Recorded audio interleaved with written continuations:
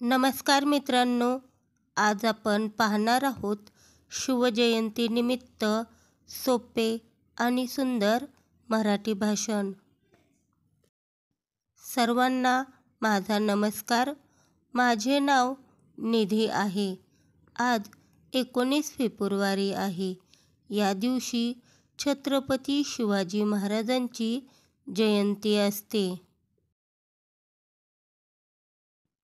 शिवाजी महाराज एक शूर व पराक्रमी राजे होते.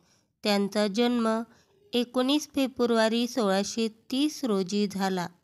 त्यांच्या वडिलांचे नाव शहाजी भोसले होते. त्यांच्या आईचे नाव जिजाबाई होते.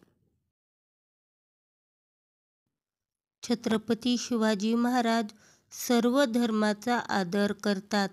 त्यांचे कार्य आजही आपल्याला खूप प्रेरणा देते. 3 एप्रिल 1680 रोजी शिवरायांचा मृत्यू झाला. छत्रपती शिवाजी महाराज की जय. धन्यवाद.